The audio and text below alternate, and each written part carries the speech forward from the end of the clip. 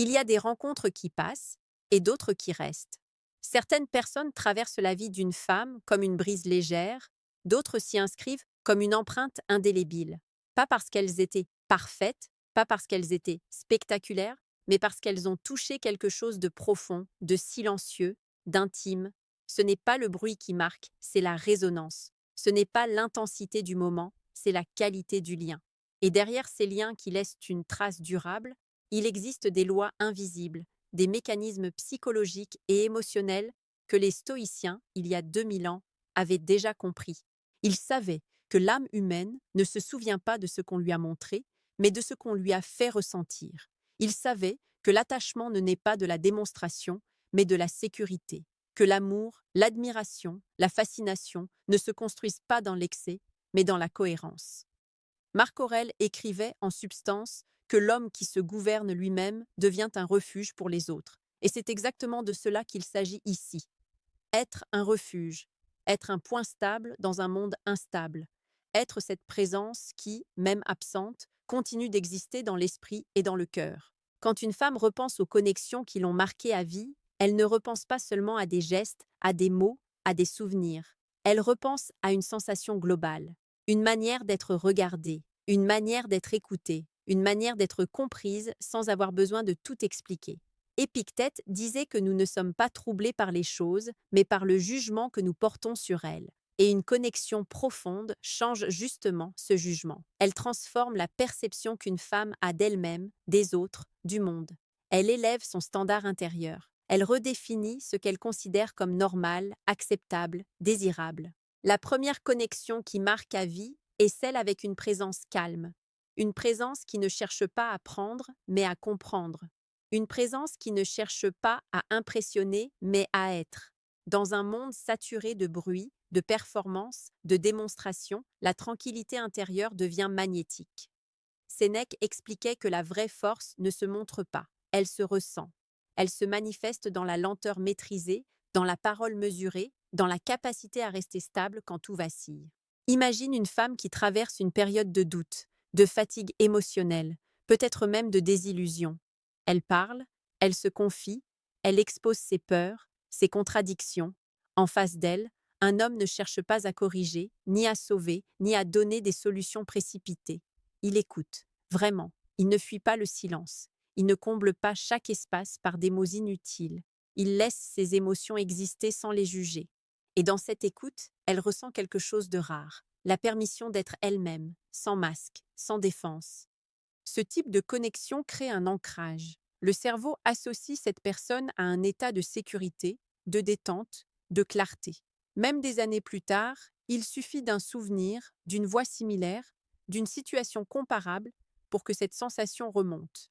Marc Aurèle rappelait que l'âme prend la couleur de ses pensées, mais elle prend aussi la couleur des présences qui l'entourent. Une présence stable, alignée, devient une couleur durable dans la mémoire émotionnelle. La deuxième connexion qui marque à vie est celle avec quelqu'un qui révèle sans envahir, qui éclaire sans brûler, qui met en lumière des parts d'elle-même qu'elle ne voyait pas ou qu'elle n'osait pas regarder. Pas par la critique, mais par le regard.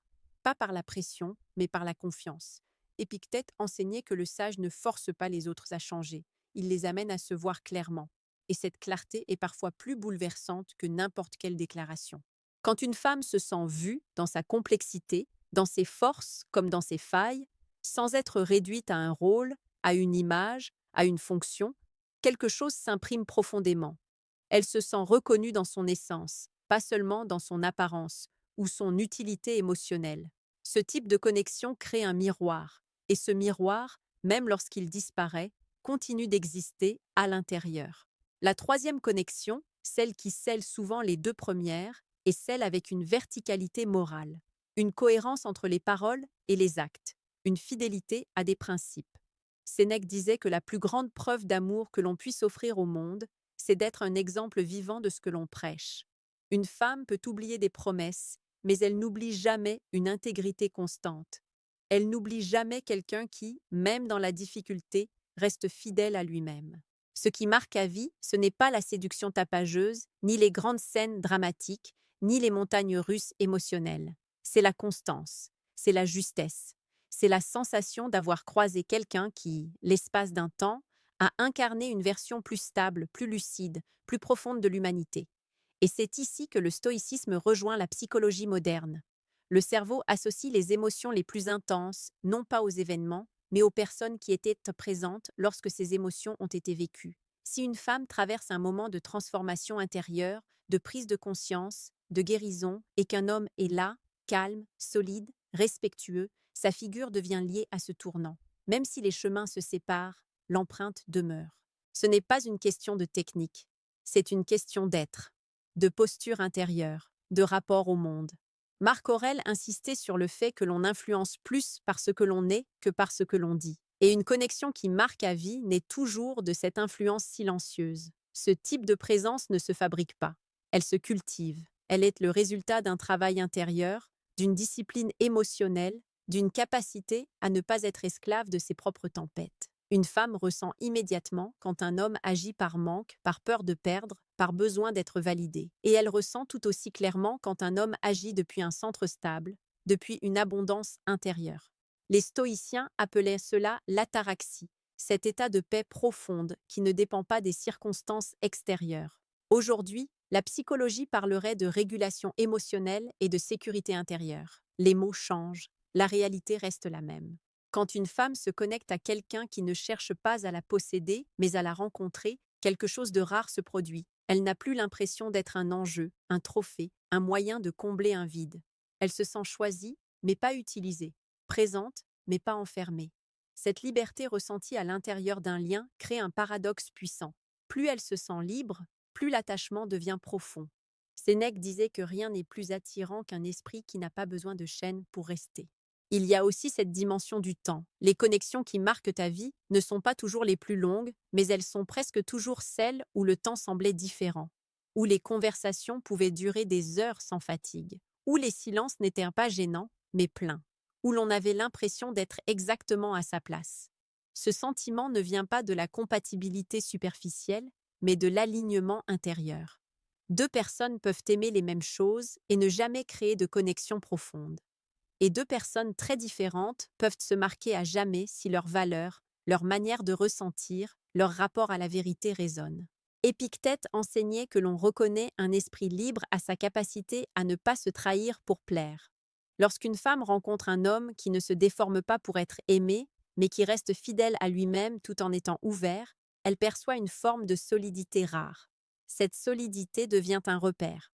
Même si la relation ne dure pas, même si les chemins se séparent, ce repère reste inscrit comme une référence intérieure.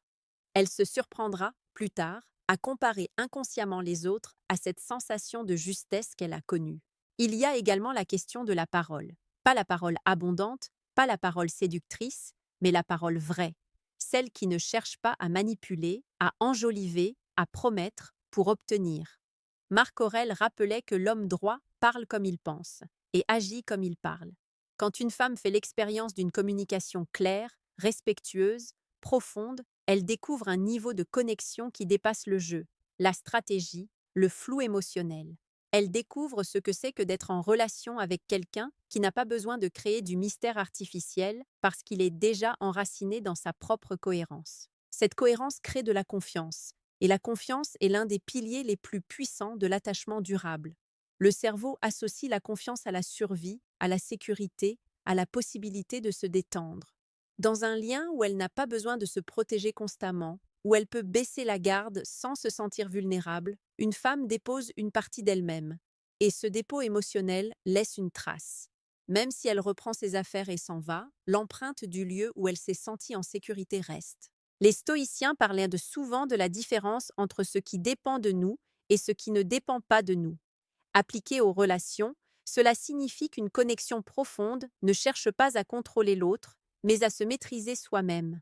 Un homme qui sait rester calme face à l'incertitude, qui ne panique pas devant le silence, qui ne force pas la proximité, envoie un message inconscient très fort. Il n'est pas gouverné par la peur de perdre. Et cette absence de peur est, paradoxalement, ce qui crée l'attachement le plus fort. Il y a enfin cette dimension presque spirituelle de la rencontre, celle où l'on a l'impression d'avoir croisé quelqu'un qui a touché notre âme, pas seulement notre cœur. Quelqu'un qui a éveillé des questions, des prises de conscience, des désirs de croissance. Sénèque écrivait que fréquenter un esprit noble élève le nôtre, même après la séparation. Une femme qui a été en contact avec quelqu'un qui incarnait une certaine sagesse, une certaine profondeur, ne redevient jamais tout à fait la même. Son regard sur elle-même, sur l'amour, sur ce qu'elle mérite, se transforme. Ces trois connexions, la sécurité, la révélation de soi et la cohérence morale, ne sont pas des techniques. Elles sont des conséquences naturelles d'un travail intérieur. Elles naissent quand un homme cesse de chercher à impressionner et commence à chercher à s'aligner, quand il cesse de vouloir provoquer des émotions et commence à incarner un état. Et c'est souvent à ce moment-là que la mémoire émotionnelle se scelle. Pas dans le tumulte, mais dans la clarté. Pas dans la dépendance, mais dans la liberté. Pas dans la promesse, mais dans la présence. Quand on observe la manière dont ces connexions s'impriment dans la mémoire, on comprend qu'elles ne sont pas liées à des scénarios spectaculaires, mais à des états intérieurs partagés. Une femme peut oublier des mots précis, des dates, des lieux, mais elle n'oublie pas la façon dont elle se sentait en présence de quelqu'un. Les neurosciences confirment aujourd'hui ce que les stoïciens pressentaient intuitivement. L'émotion est la colle de la mémoire. Plus une émotion est associée à un sentiment de sécurité, de compréhension et de valeur personnelle, plus elle s'ancre profondément.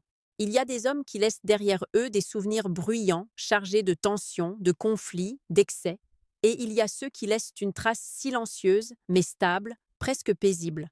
Avec le temps, ce sont souvent ces derniers qui reviennent dans l'esprit, non pas comme une tempête, mais comme un port. Marc Aurèle comparait l'âme disciplinée à un rocher contre lequel les vagues se brisent sans le déplacer. Être ce rocher dans la vie émotionnelle d'une femme, c'est devenir un point de référence. Même absente, cette stabilité continue d'exister en elle comme un étalon intérieur. La connexion qui marque à vie n'est donc pas celle qui crée la dépendance, mais celle qui renforce l'autonomie. Paradoxalement, plus une femme se sent elle-même, complète, respectée dans son individualité au contact d'un homme, plus ce lien devient précieux. Épictète rappelait que l'amour véritable ne cherche pas à posséder, mais à vouloir le bien de l'autre. Et vouloir le bien de l'autre, c'est parfois simplement lui offrir un espace où elle peut respirer, réfléchir, évoluer. Dans cet espace, elle se découvre souvent plus calme, plus confiante, plus lucide. Elle se surprend à prendre de meilleures décisions, à mieux se comprendre, à se sentir plus alignée. Et le cerveau associe naturellement cet état amélioré à la présence qui l'a accompagné. Même si la relation s'arrête, même si la vie suit son cours, l'association demeure. Elle se dira, parfois sans même s'en rendre compte, avec lui, j'étais plus moi. C'est là que se joue la profondeur réelle de l'empreinte, non pas dans ce que l'autre a donné matériellement ou émotionnellement, mais dans ce qu'il a permis de révéler. Sénèque expliquait que l'on reconnaît un grand esprit à sa capacité à faire grandir ceux qui l'entourent. Une femme n'oublie jamais celui qui a été le témoin calme de ses transformations intérieures, celui qui n'a pas eu peur de sa vulnérabilité ni de sa force. À ce stade, il est important de comprendre que ces connexions ne se provoquent pas par la stratégie, mais par la congruence. Elles naissent quand l'extérieur reflète fidèlement l'intérieur, quand il n'y a pas de décalage entre ce qui est montré et ce qui est vécu. Cette absence de dissonance crée un sentiment de vérité, et la vérité est l'une des choses les plus rares et les plus attirantes dans un monde de rôles et de masques. C'est aussi à ce moment que le respect devient central, le respect de ses émotions, de son rythme, de ses limites. Un homme qui n'essaie pas d'accélérer artificiellement l'intimité, qui n'exige pas, qui n'impose pas, mais qui reste présent, constant, cohérent, envoie un message inconscient puissant. Tu es en sécurité ici. Et ce message, une fois intégré, devient presque indélébile. Marc Aurèle insistait sur la valeur de la droiture, non comme une posture morale rigide, mais comme une harmonie entre l'âme et les actes. Une femme peut être fascinée par le charisme, mais elle est marquée par la droiture. Parce que la droiture crée un sentiment de fiabilité, et la fiabilité est l'un des fondements les plus profonds de l'attachement. C'est souvent bien après la fin d'une relation que l'on mesure l'impact réel d'une connexion. Dans les comparaisons silencieuses, dans les attentes qui ont changé, dans les standards qui se sont élevés. Elle ne cherche plus seulement une présence, elle cherche une qualité de présence. Elle ne cherche plus seulement des émotions, elle cherche une stabilité émotionnelle. Et cette recherche est le signe qu'une empreinte a été laissée. Ce n'est pas de la nostalgie romantique, c'est une reprogrammation intérieure. Le cerveau, l'âme, le cœur ont appris qu'un autre niveau de relation est possible. Et ce savoir ne s'efface pas.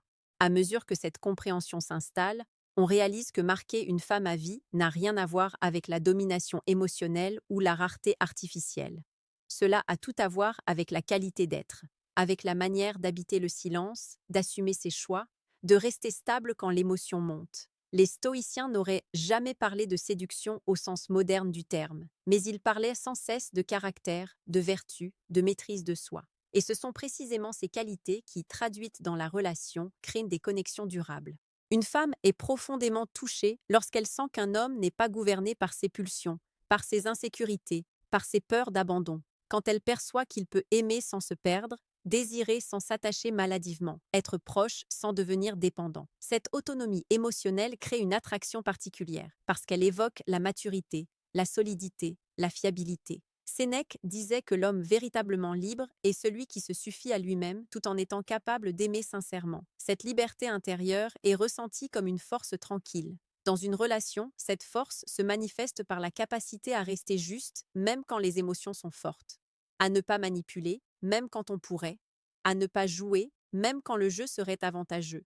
Une femme qui a été en contact avec cette intégrité sent qu'elle a rencontré quelque chose de rare. Et ce sentiment de rareté ne vient pas du manque, mais de la qualité. Il y a aussi cette notion de présence consciente, être réellement là, quand on est là, pas distrait, pas fragmenté, pas ailleurs mentalement. Épictète insistait sur l'importance de l'attention portée à l'instant. Une femme ressent immédiatement quand elle est face à quelqu'un qui l'écoute avec tout son être et non avec une partie seulement. Cette attention pleine crée un sentiment d'importance profonde. Pas une importance narcissique, mais existentielle. Comme si, pour un instant, elle comptait vraiment, totalement. Cette expérience laisse une trace parce qu'elle touche un besoin fondamental de l'âme humaine, être reconnue. Pas admirée, pas idéalisée, mais reconnue dans sa réalité, dans ses doutes, ses forces, ses contradictions.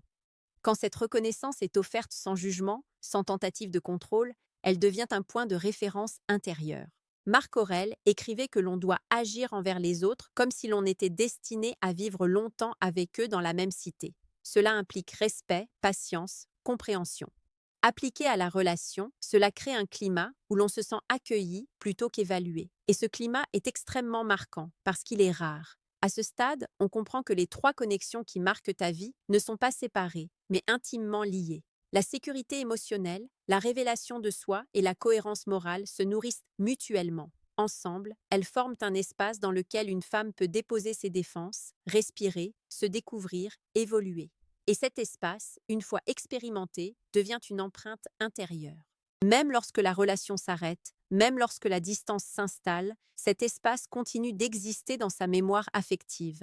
Il devient une sorte de modèle silencieux, non pas un fantôme douloureux, mais une référence apaisante.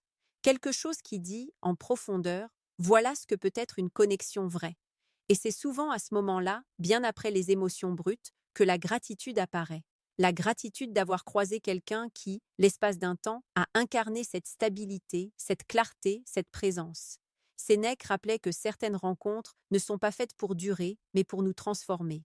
Et une transformation intérieure est, par définition, durable. C'est dans cette logique que s'inscrit aussi la notion de trace indélébile. Ce n'est pas la personne en elle-même qui est gravée à jamais, mais ce qu'elle a éveillé. Une nouvelle manière de se percevoir. Une nouvelle exigence intérieure, un nouveau rapport à l'amour, à la confiance, à la profondeur.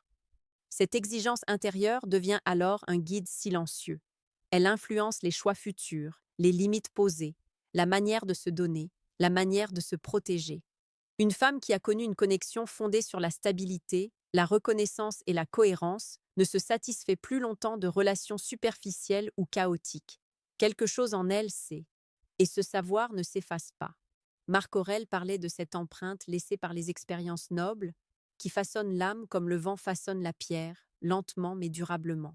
C'est ainsi que certaines présences continuent d'exister bien après leur départ, non pas comme des regrets, mais comme des repères, non pas comme des manques, mais comme des étalons. Elles deviennent une sorte de boussole intérieure.